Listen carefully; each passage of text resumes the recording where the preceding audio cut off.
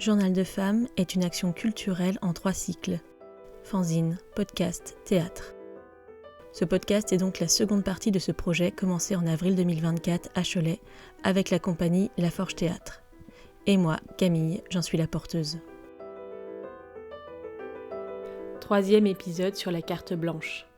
Aujourd'hui, c'est Catherine que vous allez entendre. C'est la première fois qu'elle vient.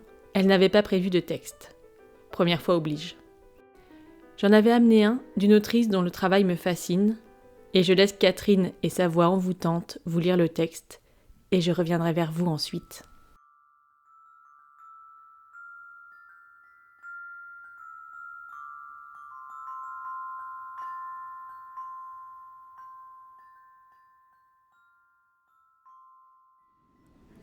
Alors, aujourd'hui, Catherine, je vais vous lire un extrait de théâtre Articulation de Pauline Picot, choisi par Camille Picot. Et du lobby.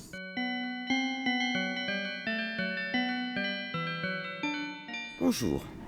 Aujourd'hui, pendant 1, 2, 3, 5 heures, nous allons disséquer le processus de création.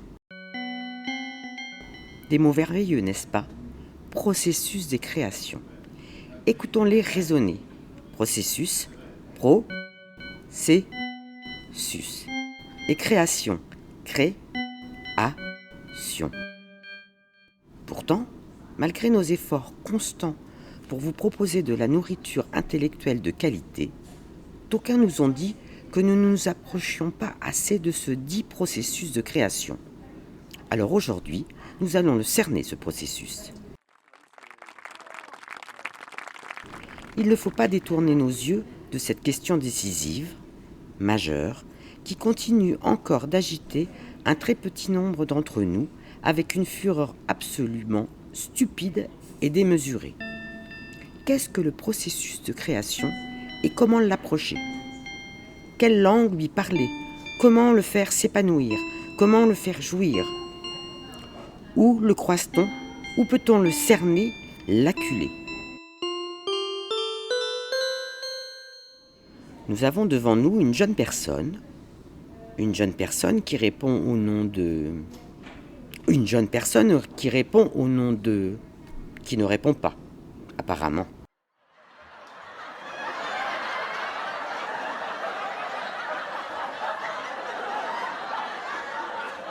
Haha, c'est un objet rétif que celui de notre expérience. Mais nous avons 5 heures devant nous, et malgré le fait que nous soyons mal assis, comme toujours, nous allons essayer de les mettre à profit pour faire exsuder à cette pain-bêche le petit secret contenu dans son silence. Ce texte de Pauline Picot, nommé Articulation, est disponible avec Yann aux éditions Quartet et a été édité en 2014.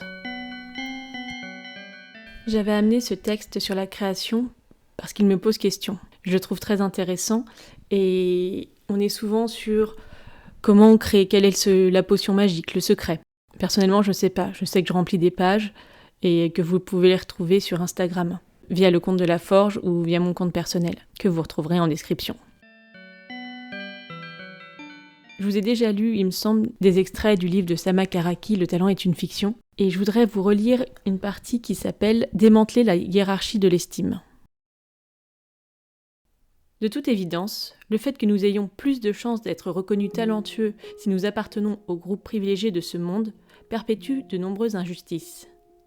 Il est de même décourageant de réaliser que certains privilèges et coups aléatoires de chance peuvent compter plus que nos efforts, que nous pouvons travailler du lever au coucher du soleil sans que cet effort nous mène quelque part, qu'il existe un vaste réservoir de talents potentiels qui n'est jamais reconnu et qui reste largement inexploité ou sous-utilisé.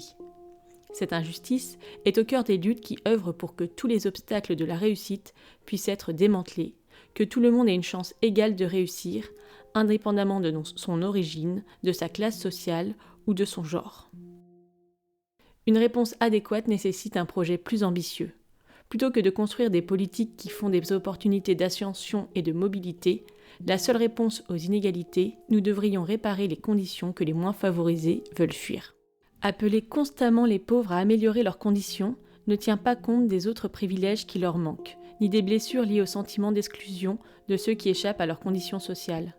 Nous avons besoin d'une vision qui met en péril la conception d'un soi conscient, entièrement maître de ses actes, qui écrase sur son passage le principe, qui défend une influence exagérée des individus sur leur réussite et mérite. Car quand le mérite devient purement une question individuelle, nous devenons aveugles aux causes et influences sociales qui échappent pourtant au contrôle individuel.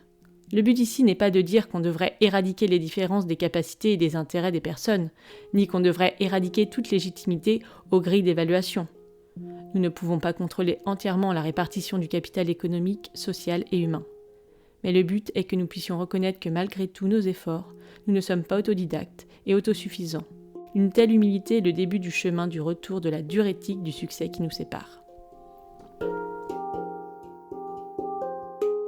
J'aime beaucoup ce texte sur le mérite et sur le talent notamment, parce qu'il contraste avec une politique qui est menée depuis quelques années sur le fait que qui peut réussir ou qui ne peut pas réussir. La Forge Théâtre, vous le savez, nous sommes une petite compagnie. Je vous en ai déjà parlé après les coupes de la région Pays de la Loire. Et depuis la semaine dernière, l'arrêt tout simplement du pass culture. Le pass culture, ça nous permettait d'avoir de l'argent qui rentrait dans la compagnie pour financer d'autres projets créatifs. Et pourquoi je vous parle de ça ? Parce qu'en général, on nous dit que cet argent, on ne le mérite pas.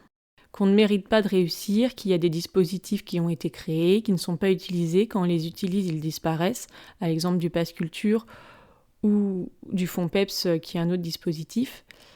En final, ceux qui réussissent, on dit, regardez, il y a des gens qui réussissent, et on se rend compte, notamment en lisant ce livre, mais quand on creuse un peu, que la réussite, elle ne dépend pas seulement des qualités d'une personne, elle dépend aussi de son milieu social, de ses caractéristiques ethniques, de son sexe, de son âge, d'où il vit, et notamment de l'argent qu'il a à sa disposition pour réussir.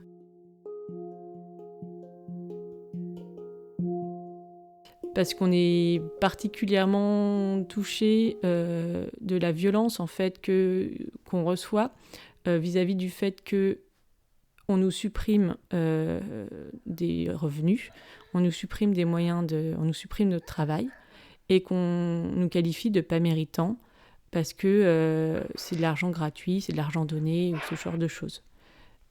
C'est faux. En attendant, si vous voulez nous rejoindre pour créer un fanzine avec Journal de Femmes, si vous êtes au Mans, sachez que nous sommes au Carré Rouge les jeudis après-midi de 14h à 16h, donc pour réaliser un fanzine. Les prochaines dates, donc là on a jeudi qui est demain, mais ça risque d'être un peu juste. Sinon, vous pouvez nous retrouver après les vacances, donc les jeudis 27 février, les jeudis 6, 13, 20 et 27 mars, pour réaliser ce fanzine. Donc c'est un atelier qui s'adresse aux femmes en recherche d'emploi, en manque de confiance, en recherche de projets professionnels ou simplement voulant sociabiliser. On est un petit groupe, on se retrouve donc de 14h à 16h au Carré Rouge qui est l'espace convivialité des Quinconces. Donc n'hésitez pas à nous retrouver et à demander Camille au pire. Vous pouvez aussi nous contacter par mail à théâtre.laforge@gmail.com si vous voulez plus de précisions. Et j'en profite pour ajouter que l'atelier est gratuit.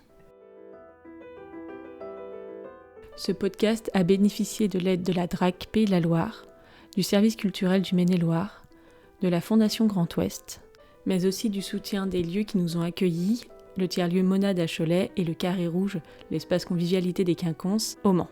Un nouvel épisode sort tous les mercredis vers 18h sur les plateformes habituelles Deezer, Spotify, Apple Podcast ou sur notre hébergeur Podcastique. Le mieux, si vous voulez le retrouver, c'est de taper dans votre barre de recherche Journal de Femmes, Podcastique et vous devriez tomber dessus. C'est gratuit. La musique du générique au piano est l'œuvre de Samir Dib.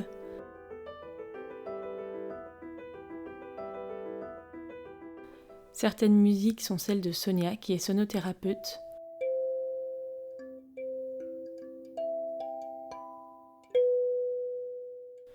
Et les musiques un peu électroniques sont une expérience de ma part.